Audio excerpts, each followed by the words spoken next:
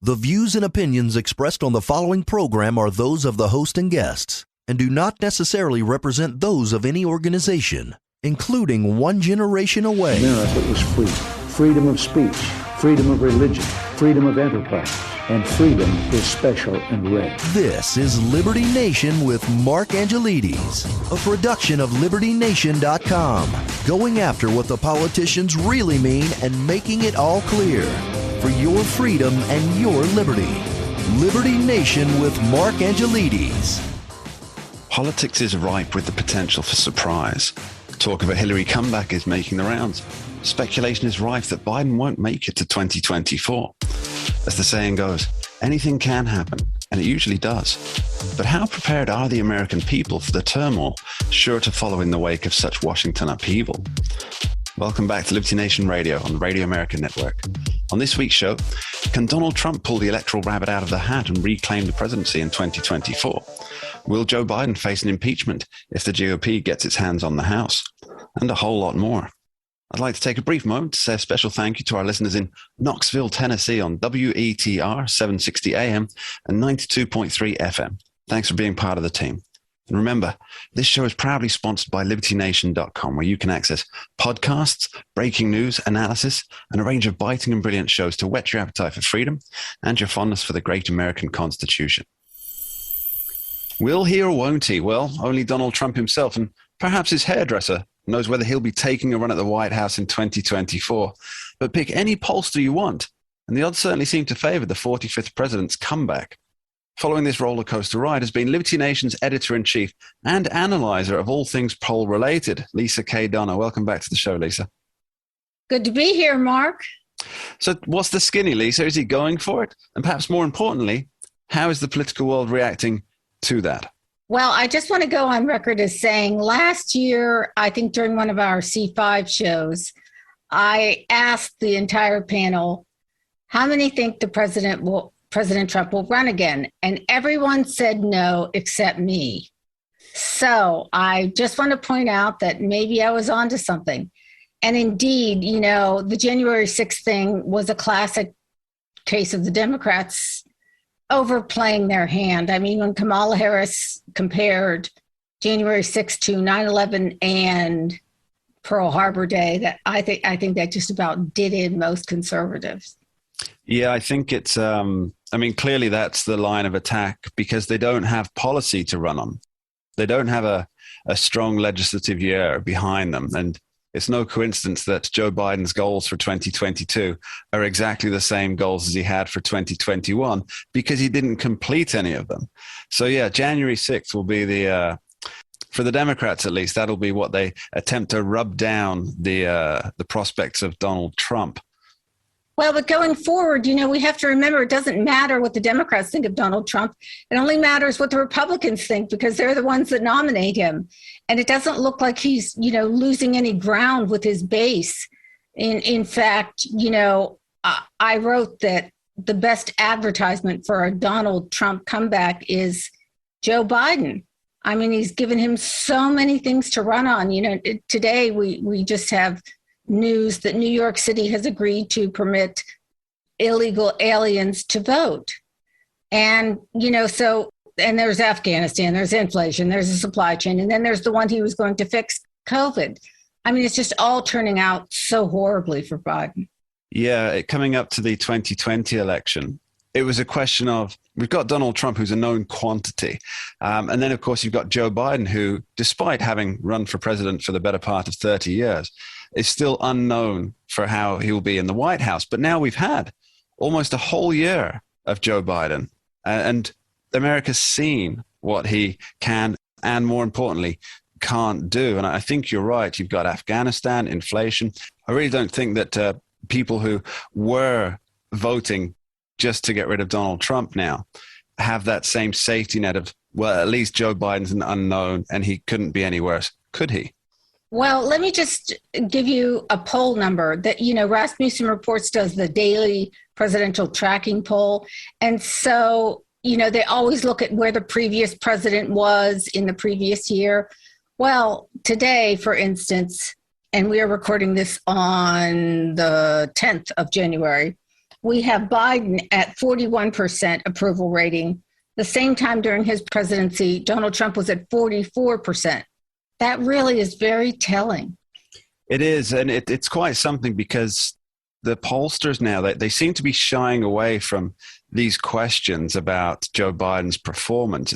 And Kamala Harris is even more so. I think it's an interesting aside, if I may, Leesa, that the Time Person of the Year that ran for 76 years decided this year not to do it. Now, bear in mind who won last year was Donald Trump, ending Obama's multi-year reign at the top. And it seems that Donald Trump was about to win again this year, so they've decided to cancel themselves, which is should tell you something. Well, I wrote for Liberty Nation that if you think Donald Trump is going to go quietly into the night, you're sadly mistaken, or you're not on his mailing list, which is, flooding your inboxes in what I wrote was Noahic proportions. I mean, it's just an avalanche. And now they're starting to talk about his first rally of the year. And we're quite a ways from 2024, but his first rally of the year is, guess? Arizona. Correcto. And none of this is by happenstance. He's saying save America from Joe Biden. I mean, he's really mounting a comeback. There's just no two ways about it, Mark. Absolutely. But there's certainly an advantage to Donald Trump not coming out and saying it, that, I'm here, I'm running for in 2024. There's an advantage to that, isn't there? Well, I think actually the reason is that it has to do with campaign finance laws. So right now, a lot of the money that he raises goes to a PAC, or it goes to, in many cases, it goes to the Republican, the RNC. Republican National Committee. So I think it really has to do with financing and timing and the campaign laws. Yeah, I think with a lot of that money that's coming in, because he really is a campaigning machine and a money-making machine in terms of electoral donations. But that money can then be used to support candidates pretty much of his choice, because he does still hold the big stick in terms of the RNC. So he could push America First or even MAGA candidates into a position ahead of their primary competitors, couldn't he? Yeah, and let me ask you a question. Please. Who are the ones that really put Joe Biden over the top? The demographic. The demographic group. It was suburban women. Yeah. And so now I think Twitter did Trump a big favor. He's not on Twitter anymore. Those tweets are fading into the sunset rapidly. And so these suburban moms are now the very same women who are, beefing at school board meetings. I'll just put that nicely, and are on the FBI terrorist watch list. I mean, they might be rethinking their vote. Well, yeah, in 2020, they were mildly miffed at some tweets. In 2021, they're potential domestic terrorists. So before 2024, we have 2022, of course, the congressional elections. What kind of influence do you think that Donald Trump will have on the 2022 results? Well, clearly he's trying to, line up the people he likes, the America First candidates. In Pennsylvania, that's turning into a problem, I think, where Pat Toomey was. You've got two more establishment. I really don't know how Dr. Oz can be actually considered a Republican. He's trying to make sure he stacks the legislature with the people that he is fond of. And then, of course, there are some people who have turned around. There was Lindsey Graham who said, I've had enough, blah, blah, blah. Now he's down at Mar-a-Lago playing golf with Trump. Yeah, I think Trump's used his year or so out of office quite wisely. He's been building alliances with those who were very much against him, especially after January 6th. Whether that was because of firmly held beliefs or because they felt it was politically expedient to distance themselves from Donald Trump. So he's building bridges there. And of course, he's promoting certain candidates through his press release, his statements. And so he's building up, I think, what you could call a body of loyal followers, people who do believe in what he believes in politically. And if he were to return to the White House, he'd have a very strong legislative body behind him, as opposed to clearly Nancy Pelosi has the full Democrat team whipped and in place because they tend to vote en masse, along with Adam Kinzinger and Liz Cheney, of course.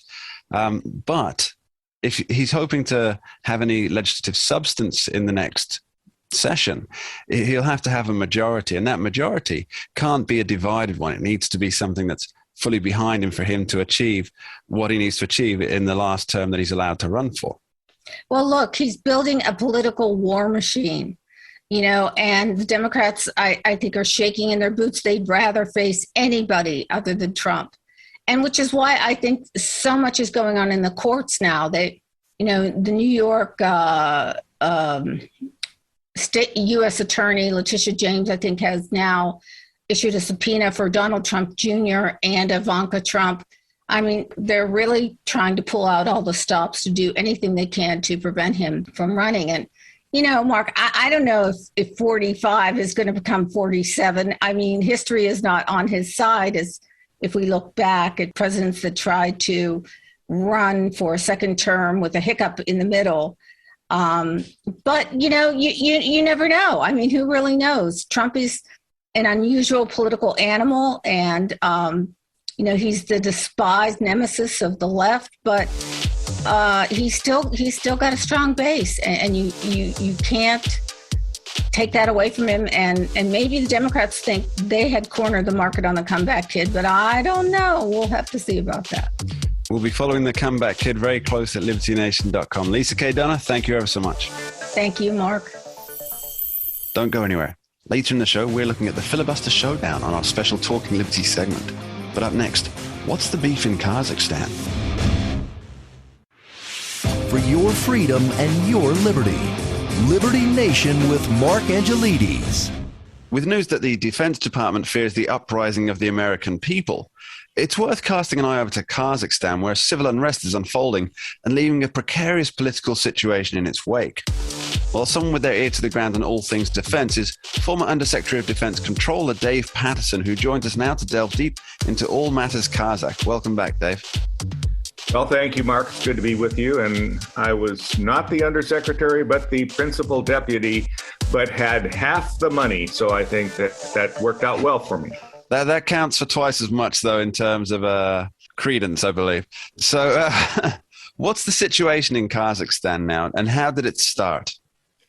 Well, Mark, the situation right now is, according to the Financial Times, about 164 people have been killed, 8,000 have been arrested, and the disturbances and rioting continues. Okay, and what prompted the beginning of this unrest? Well, the beef kind of started this time among the Kazakhs when the government had control over the price of liquid petroleum gas, which all of the Kazakhs, or a great number of the Kazakhs, use in their automobiles to get to and from work and travel. And when the government took the cap off that had it artificially low, then prices soared, and the nation is not a particularly affluent nation, and that caused significant harm for the people. And so consequently, they were not happy. And so as the prices soared, they become more and more up in arms, and they took to the streets. And the government then put the cap back on again. But nonetheless, the brouhaha had started. And it's not the only gripe they have, Mark. Actually, they see the disparity between the ruling elites and the affluence that they are accustomed to, and the average salary for a Kazakh. Kazakh is about $580 a month. And that just doesn't set well with them. And so consequently, you've had this disturbance. Now, you say this disturbance, is this almost normal behavior for these former Soviet bloc countries? Because obviously they're pretty much born in revolution. I think it's what you can expect when you have former Soviet bloc countries that have never, ever given up this very strong central government approach to their people. They see that democracy is getting further and further from their grasp. They are not economically doing well, and so they're more than likely going to show their displeasure by rioting in the streets. It's not always that particular motivation, but for the most part, it's what has happened previously. Again, how much influence does Vladimir Putin have here, and what stance is he taking towards the whole episode? Well, Vladimir Putin has a great deal of influence, and he exercises that influence on the former Soviet bloc countries that belong to the Collective Security Treaty Organization, which is a parallel to NATO for former Soviet bloc and Warsaw bloc countries that wish to join. And so it's through that organization that his influence is exerted. And how has he been displaying that influence so far? Well, I think that he is displaying it in Kazakhstan by sending 2,500 troops to secure the airport and other federal buildings in the capital. And he has said publicly that he is more than willing to enter into countries to help them maintain order and discipline when things go awry for them, the former Soviet bloc countries. Okay, now is there likely to be any American involvement, do you think? And if so, would that be more to do with, as Biden likes to flex, the financial sanctions, or would it be other means through perhaps troop deployment or advisory committees, things like this? Well, as I said in my article in Liberty Nation, I think today it's running, there's nothing for the United States geopolitically or in any other way by getting involved. And this is one of those times when I think that the Biden administration would be better served by finding a seat in the grandstand and watching how all of this is going to play out. Do you think that Biden's willing to do that, or is he in such a position that he needs to regain some international credibility? Oh, no, I think that he would be more than happy to do that. I mean, when you consider he's got his hands full in Ukraine this week. And so I don't think he's looking for other places to be prominent. Okay. So do the events in Kazakhstan, do they herald any other political or military issues in the region? Well, interesting you should mention that, because yes, they do, actually. This is an opportunity for Putin to re-exert his influence in Central Asia. Now, this plays off of China, who sees Central Asia as absolutely critical to their Belt and Road Initiative. And so for the Kazakhstan government to rely on President Putin to come in and help just demonstrates the close relationship that they have with the Kazakhs have with Russia, and that they didn't go to China for help. J. David Patterson, thank you ever so much. Thank you, Mark. It's always good to be with you. You're listening to Liberty Nation Radio, heard across the Radio America network from our flagship station in the nation's capital, WWRC in Washington, D.C. Remember, you can tune in for Liberty Nation from 2 to 3 p.m. Sunday on KBKW 103.5 FM, 1450 AM, the talk of Grays Harbor. America is free. Freedom of speech, freedom of religion, freedom of enterprise, and freedom is special and rare. This is Liberty Nation with Mark Angelides, a production of LibertyNation.com, going after what the politicians really mean and making it all clear. For your freedom and your liberty. Liberty Nation with Mark Angelides. Later in the show, we talk filibuster madness and free healthcare for illegals in California. If you thought the talk of partisan impeachment was gone along with Donald Trump's exit from the White House, think again. In a move that literally anyone except for the Democrats could have seen coming, moves may be afoot to make President Joe Biden suffer after 2022. Now, is this a realistic probability, or is it all to bring in those dollar donations? Well, to find out, we welcome back to the show the indefatigable national columnist and co-producer of The Conservative Five, Sarah Cowgill. How goes it, Sarah? You know, it's going pretty well. A little chilly, but it's winter. Of course. Now, Sarah, the first things first, who's talking about impeaching Joe Biden, and what's the basis for it? You know, the interesting thing is there's more of there's a drumbeat within the population, and you can overhear that pretty much anywhere. Your coffee shops and your pubs, and just random people, wondering if now is the time to impeach Joe Biden. A lot of people are more worried about invoking the 25th Amendment. That's never going to happen with his cabinet. It just won't.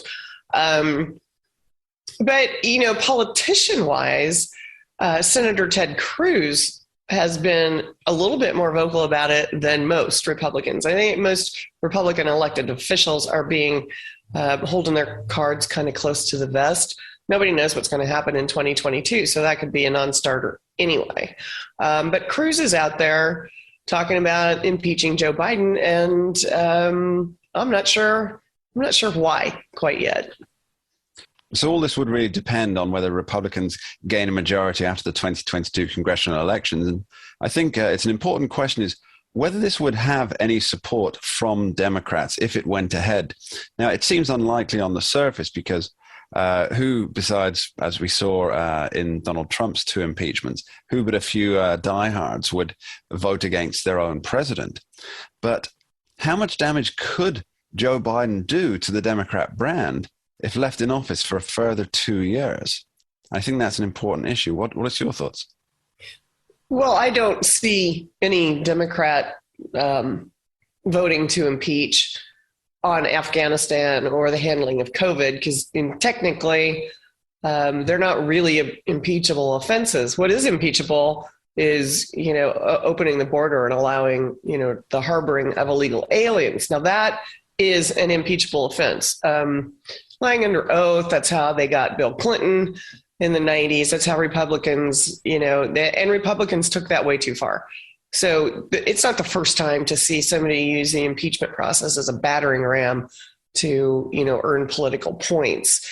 It did not happen, ironically, during Watergate, which was also impeachable offenses. What happened in the Watergate scandal with President Nixon, and after the hearings and after the reports were filed, the Republicans went to President Nixon and just said, "Look, for the party, you need to step down."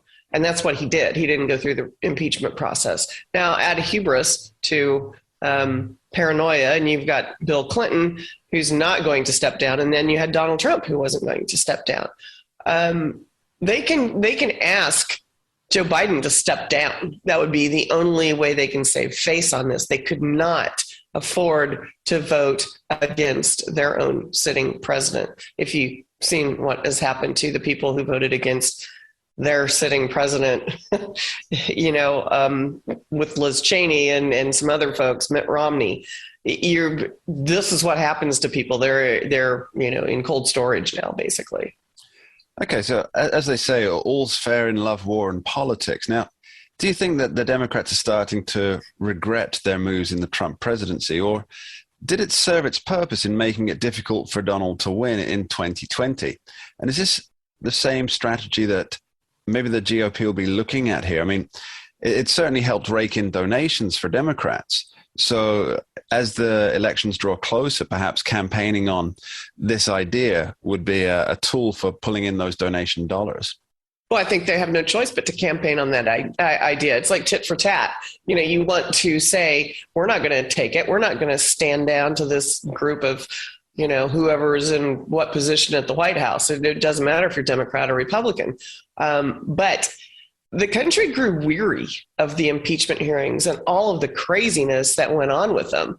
And I'm not sure that, that the fiscal conservative Republicans want to waste any more taxpayer dollars. I think they would rather put pressure on the administration and the party to handle their, their president in their own way. and ask him to step down and figure out how to remove him without damage. Well, of course, that would lead to President Kamala Harris, who, let's be fair, if the polls are to be believed, which they aren't always, but with this kind of striking negativity she has, I mean, she's 14 points underwater at least.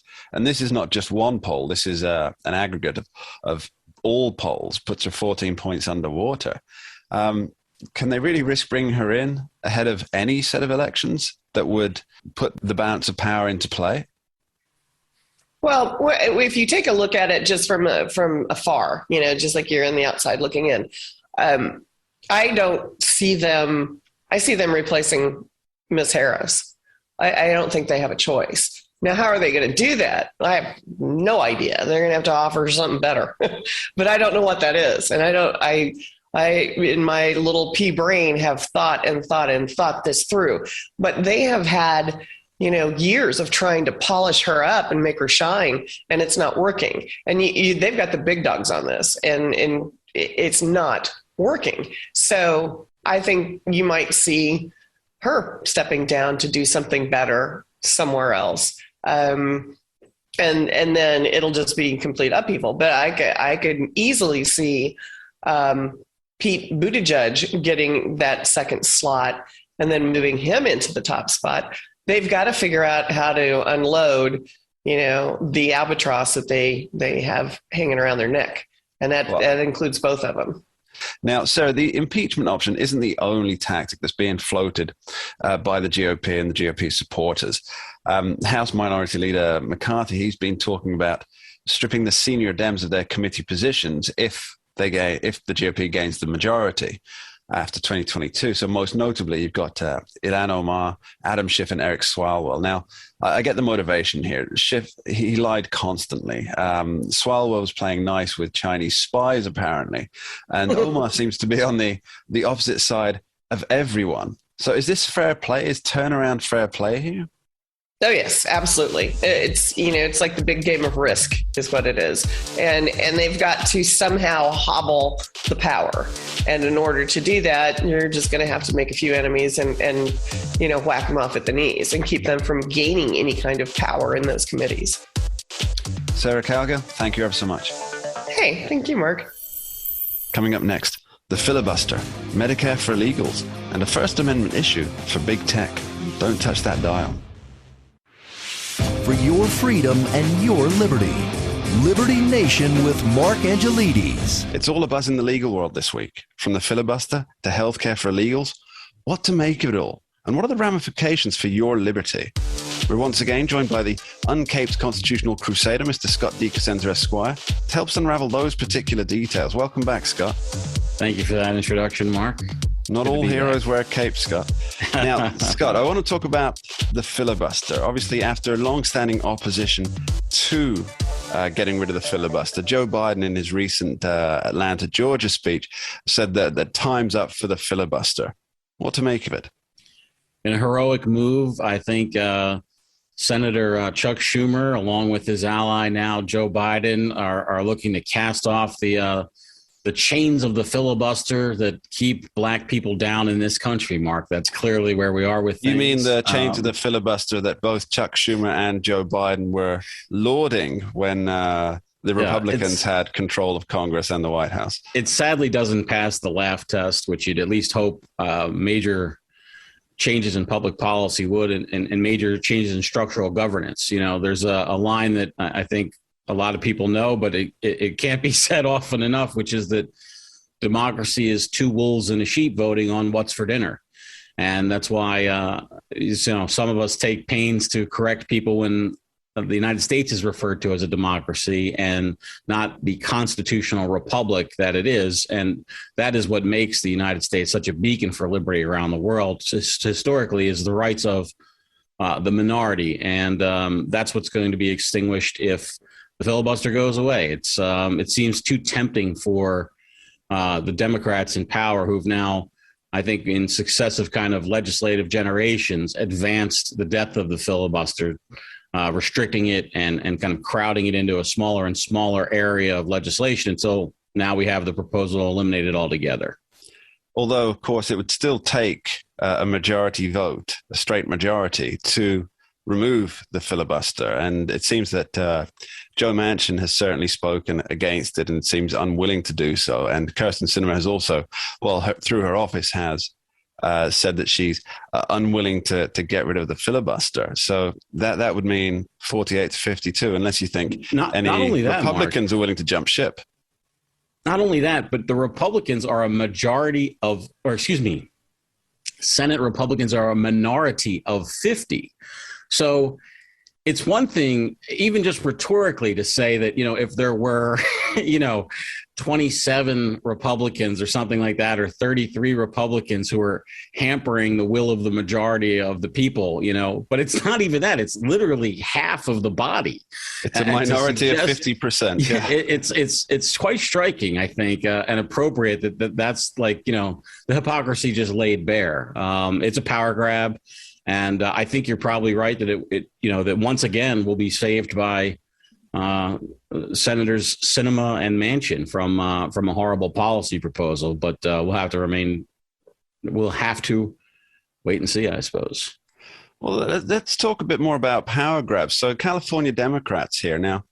Governor Gavin Newsom, he recently announced that part of his spending spree for the budget for 2024 and onwards, they'd be providing healthcare, fully paid healthcare, or CaliMed, or some such thing for everybody who is resident within the state. So that includes illegal immigrants. Now, of course, this is all under the bill, on the bill of the taxpayer. So is this even legal? Oh, well, I don't think that the governor of California stops to worry about that when they're proposing legislation, or the governor of many states. They often do what they can get by with. What I would suggest to you, Mark, is the underreported part of that story is the galactically massive tax increase that they propose to pay for this. And it has already passed, by the way, its first hurdle in committee, I think, on its way to becoming law, which may face some stumbling blocks by some California Democrats who don't want to enact this massive tax increase, which is a gross receipts tax. And for people who don't know, businesses generally don't pay taxes on the total volume of the money that they take in, but they pay some tax on the profit that they take in. And so what happens with a gross receipts turnover tax, is vanity, profit is sanity, as we say in the UK. What the problem with this is, if you can imagine that the businesses with the smallest profit margins are the ones that are hardest hit. And those are the ones, if you think about what businesses do, the least fortunate people, depend on. It's the Walmarts and the discounters. It's not the high end, a Louis Vuitton store that charges $5,000 for a simple bag can afford a few more percentage points layered onto it. But the supermarket, whose profit margin is only 1.5% or 3% on an item, there's not much fat on the bone to cut from. So I think it's shocking, really, what it would do to the economy and the lives of Californians if it were to go through. And that's just, that's forgetting about forcing struggling Californians to pay for the health care of illegals who are already a drain on the system, of course. To me, it seems as though this is a willful drawing in of illegals. So we have the border in such a state that in my living memory, it hasn't been this bad. Of course, the Biden administration hasn't released its year-end report, as it has been customary for the last 11 years. So that should tell you something by itself. But the idea that the borders are down and there's free healthcare, and likely some other freebies in there as well for anybody who cares to make the journey north. So isn't this just adding more stress onto the infrastructure? And has infrastructure even being costed in, like more schools, for example? If you have an extra, for example, there were, I believe it's almost 2 million this year across the board. Now, not all those are going to California, but how many more children is that? How many more hospitals do you need? How many more schools do you need? I don't believe that's been factored in to this healthcare proposal, has it? Mark, this kind of thinking about those incentives doesn't usually take place in California. That's some kind of antiquated style of analysis or lawmaking you're referring to. Yes, I think we used to refer to it as analysis. Yeah, there's the good old days. They need an environmental impact statement, I think, to do anything. But I don't know about the economic impact statement of this and whether or not it would accommodate those incentives being realized. Can you imagine being a person who lives in Mexico with any kind of a serious health condition, knowing you could just illegally cross the border and get treatment for that thing? You'd have to do it. If any human being would do it, right? I mean, what are you going to say? Well, no, I have too much respect for the fence that millions of people have crossed in the previous, however many years. It's preposterous. So one more question, if I may, Scott. Now, the shareholders, I believe, are pressing Google and YouTube to disclose any White House requests to scrub COVID-19 videos. This, to the onlooker, seems somewhat bizarre, not from the shareholders' point of view, of course, but from the fact that it's coming from the White House. Your thoughts? Well, the interesting component of this is that it might reveal those requests. And the reason why it might reveal them is a function of the law that would deny those publishers immunity from violating the First Amendment rights of the people who post the videos, if in fact they did so. So Joe Biden, Kamala Harris, Merrick Garland, those folks will never have to pay out of their own pocket for any kind of violation of the First Amendment. Even if administration people got on the phone right to Google and said, pull that down, we don't want this information out there, that was a blatant violation of the First Amendment, they don't have to worry about, the taxpayers might have to pay a settlement if such a thing were proven, but not those individuals. Well, Google, as a company, may indeed have to pay out of pocket, and it's potential there could be some individual liability as well if they act in collaboration with the White House to deny people First Amendment claims. This, believe it or not, Mark, was settled in a case about the television show Cops. Where the cameras would be brought into a home during a search warrant, and that was ruled to be basically they don't have qualified immunity from the wrongdoing they did with publishing that information. That's been analogized by some law professors who I've read on the topic. And so it's just a way that this might actually be exposed through like a side door, and that's why I thought it was an interesting story to bring to the table. It's been proposed as a shareholder initiative this week, and we'll have to see what happens. Let me just clarify this, Scott. So what you're saying is that if this indeed happened, somebody within the administration asked Google or YouTube or any one of these companies that are affected by it to remove a video or a post as per request. We know that they've made those. Yeah. We know that they have made statements that they've said they've done that, Mark.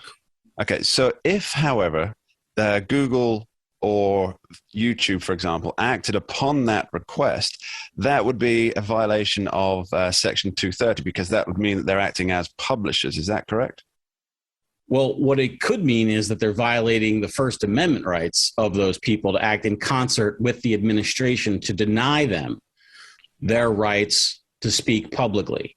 And it's because of that potential liability, coupled with the denial of their rights, that would incur liability. And the whole point of it is the reason why this might actually get purchased, where some of the other, attempts to hold Google as like a government actor with respect to speech would not work, is because of that financial liability that they may have incurred, and the attempt by shareholders to limit the financial liability that their company, they are shareholders who are putting forth this notion.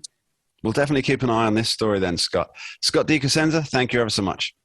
Thank you, Mark. And that's it for this week on Liberty Nation Radio. My sincere thanks to our guests, Leesa K. Donner, Dave Patterson, Sarah Cowgill, and Scott Cosenza. And of course to you for listening and being part of the team. One final thought to leave you with. Noted film director Joshua Oppenheimer once said, "Denial, panic, threats, anger. Those are very human responses to feeling guilt." Now, it seems to me that the leading party is experiencing all of these negative emotions, certainly the panic, always the anger. Denial and threats are part and parcel of modern politicking. So the question that begs to be answered is, what are they feeling so guilty about? In a state of near constant panic is no way to run a country. One might assume they're in well over their heads.